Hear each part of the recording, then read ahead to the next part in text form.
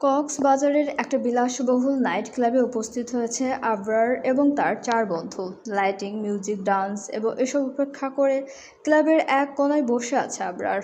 বাকিরা orange juice খাচ্ছে আর মেয়েদের গায়ে ঢোলে পড়ে নাচানাচি করছে। আবরারের হাতে রয়েছে ড্রিঙ্কসের গ্লাস, তাতে আইস ডুবিয়ে নেড়ে নেড়ে চেড়ে চুমুক দিচ্ছে। সব মেয়েদের নজর শুধুমাত্র আবরারের দিকে।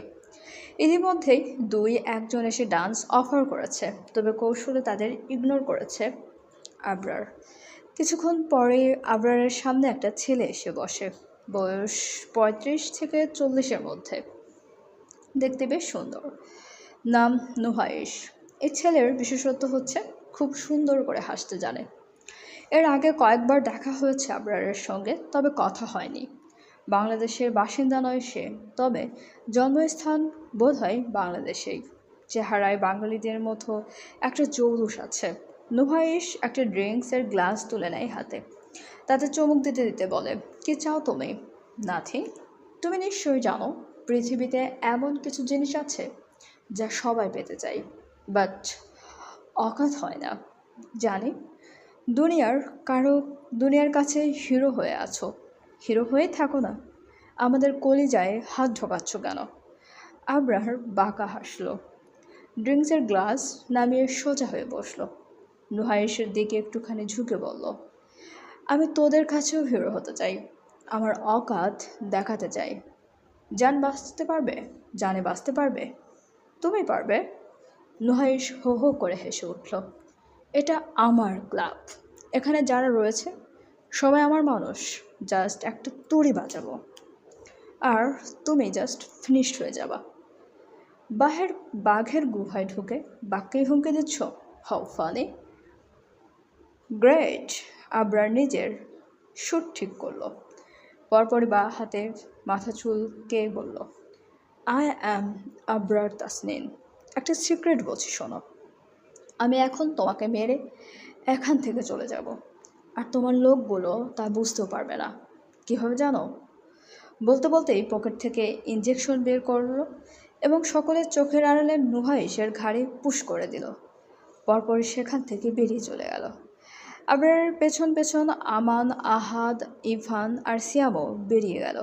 কেউ বুঝতেও পারল না এই নাইট ক্লাবে একজনকে খুন করা হলো।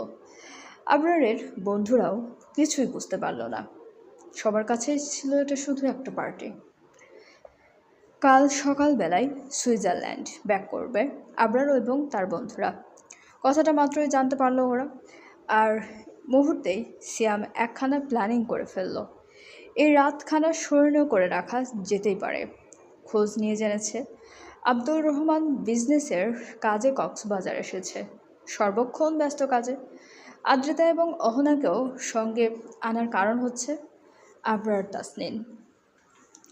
আব্দুর রহমানের ধারণা ছিল আবরার মিরপুর রয়েছে, কক্সবাজারে চলে আসলে সে জানতেও পারবে না। যাক সেসব, এই মুহূর্তে আব্দুর রহমান রেস্টুরেন্টের ওনার ক্লায়েন্টদের সঙ্গে বিজনেস ডিল করছে। আদ্রিতাকে বিজে আনায় যায়। এই জ্যোৎস্না মাখা রাতে আম্মু আর আব্বু একটুখানি রোমান্স করলে মন্দ কি? এটা ভাবে শ্যাম। ভাবতেই ঠোঁটের কোণে হাসি ফুটে ওঠে শ্যামের। সে দৌড়ে হোটেলে ফিরে যায়। আগে থেকেই জেনে নিয়েছে কত নং কক্ষে আছে ওরা। সে কক্ষে গিয়ে কলিং বেল বাজায়। দরজা খোলে অহনা। শ্যাম একটুখানি অপ্রস্তুত হয়ে পড়ল। দনমনো করে বলে, আদ্রিতাকে একটু ডেকে দিন। অহনা বুকে হাত গুজে দাঁড়ালো, স্পষ্ট গলায় বলল, আমাকে ভালোবাসেন এটা ভাইয়াকে বলতে পারলেন, অথচ এখন পেছাচ্ছেন কেন? আমি তোমাকে পছন্দ করি, কিন্তু তোমাকে ছাড়া থাকতে অসুবিধা হয় না, মানিয়ে নিতে পারবো। কিন্তু আবরার আদ্রিতাকে ভালোবাসে, ওকে ছাড়া থাকতে পারে না। আমরা বিয়ে করলে তোমার বাবা আরও কঠোর হয়ে যাবে, আলাদা করে দিবে ওদের। আমি এটা পারবো না। অহনা বুঝলো শ্যামের কথা, আর কথা বাড়ল না নিজে। ডেকে দিল আদ্রিতাকে। সবাই ঘুমিয়েছিল, কিন্তু শ্যাম নিতে এসেছে শুনে এক লাফে উঠে পড়ল আদ্রিতা। কোনো রকম গলায় ওড়না পেঁচিয়েছে, বেরিয়ে গেল। আজকের চাঁদটা একটু বেশি সুন্দর আর বেশি আলো ছড়াচ্ছে। এই যে খানিকটা দূরে আবরার তাসনিন দাঁড়িয়ে আছে, যাদের আলোতে দেখা যাচ্ছে তাকে। লোকটার কানে ফোন, কার সঙ্গে কথা বলছে জানো? আমান আহাদ এবং পানির আমান এবং আহাদ পানির মধ্যে দৌড়াদৌড়ি করছে। ইভান ঢেউয়ের সঙ্গে ভেসে আসা সুন্দর সুন্দর ঝিনুক শামুক কুড়িয়ে নিচ্ছে। আদ্রিতা খুশি হয়ে গেল। শ্যামকে পেছনে ফেলে দৌড় দিল। এক দৌড়ে সে আবরারকে পাশ কাটিয়ে চলে গেল আমানদের কাছে। তবে পানিতে নামার আগেই তার হাত টেনে ধরল আবরার। ফোনখানা কাঁধের সঙ্গে চেপে ধরে হাঁটু মুড়ে বসল।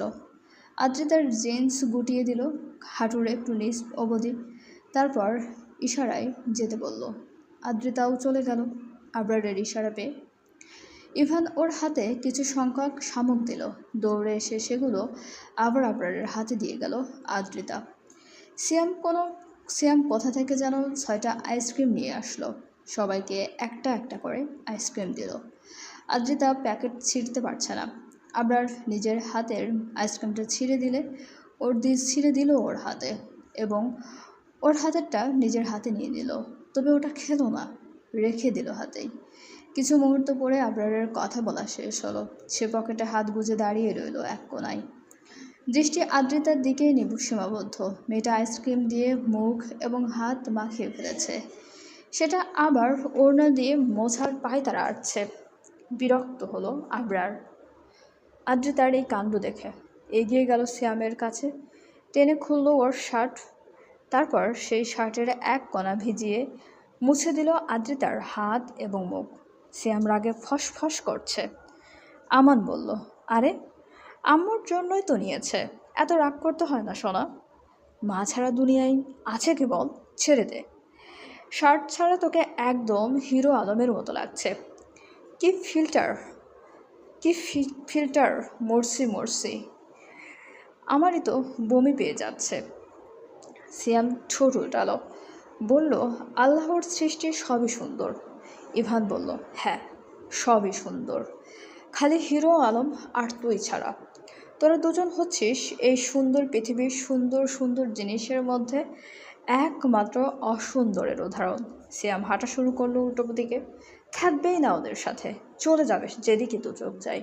যেখানে তার মূল্য নেই, যেখানে তার সম্মান নেই, সেখানে থাকার কোনো মানেই হয় না। কিন্তু এই যে সিয়াম চলে যাচ্ছে, কেউ তাকে আটকালো না, একবার পেছন থেকে ডাকলোও না। হায় রে আল্লাহর দুনিয়া, মুনাফিক দিয়ে ভরে গেছে, বিচার শুধু আল্লাহর কাছে।